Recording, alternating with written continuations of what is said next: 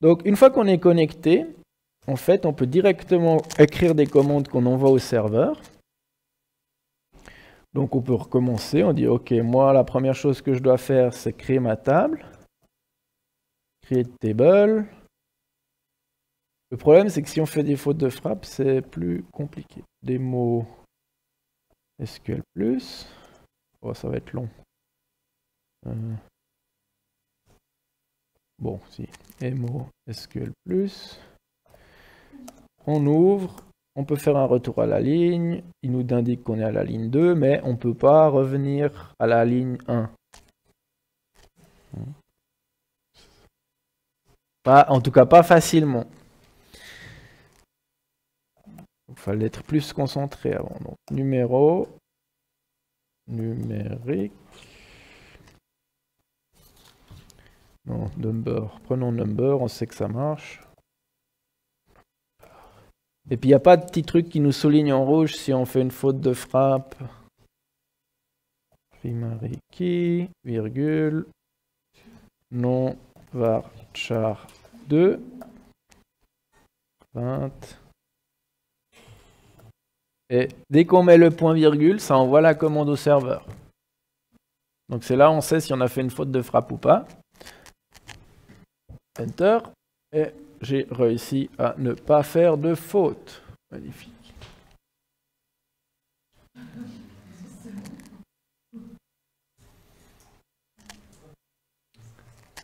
Donc après, on peut insérer une ligne, insert into démo SQL+.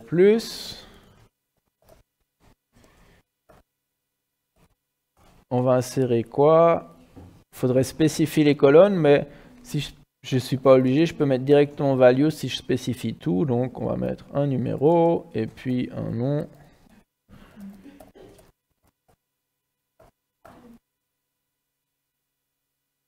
Et si je ne spécifie pas de point virgule, et puis après sur une ligne vide, je refais Enter, je me retrouve à la console de mon programme.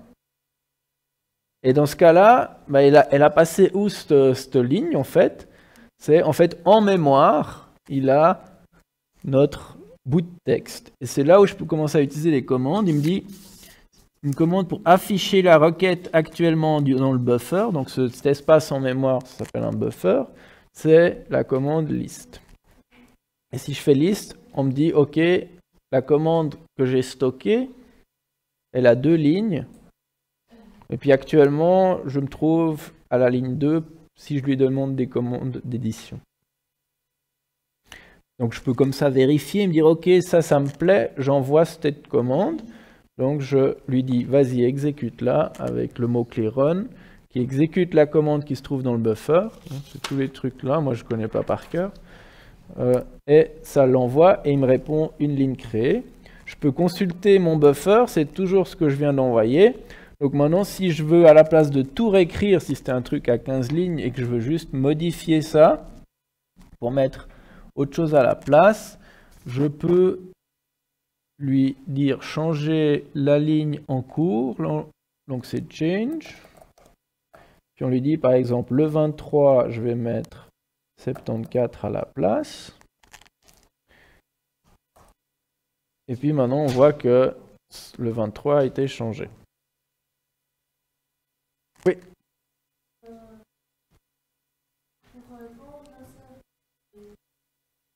Ouais.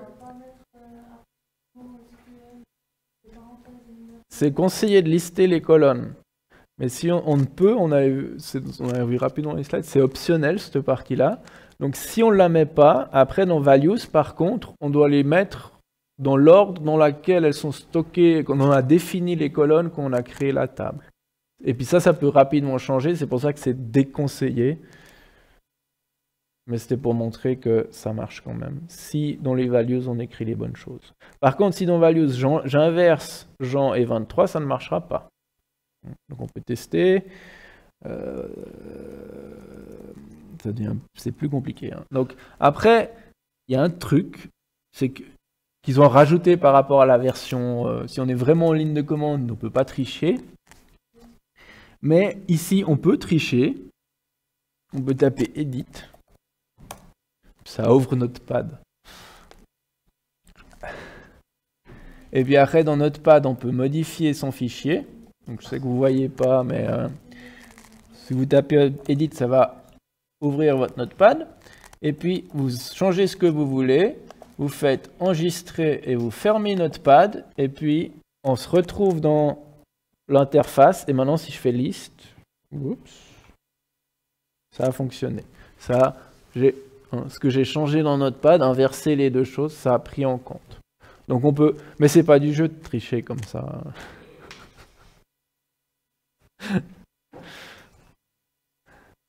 Donc maintenant je suis prêt à envoyer ça. Et puis si j'envoie ça, bah ça dit erreur parce que Jean c'est pas un numéro.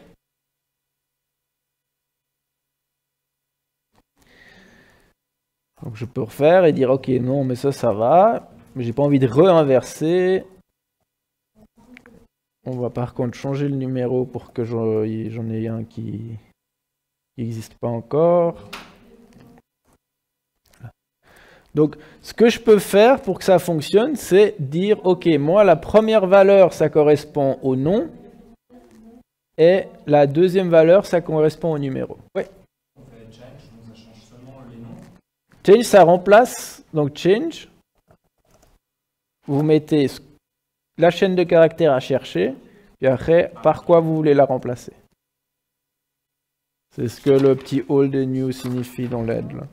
Et puis, après, par contre, là, dans la ligne 1, on n'a rien à changer. On veut ajouter des choses en plus. Ouais. Si j'avais plusieurs fois le... Ça changerait plusieurs fois, ouais. Ah, ça ne changerait pas. Ouais. Je pourrais pas spécifier pour dire seulement dans... Faudrait lire la doc s'il y a des paramètres supplémentaires. Mais je suis pas sûr. Donc, maintenant, ce que je veux, c'est ajouter un bout à la première ligne. Donc il faut que je trouve une commande pour sélectionner la première ligne. N devient la ligne courante, c'est ça. Donc c'est list.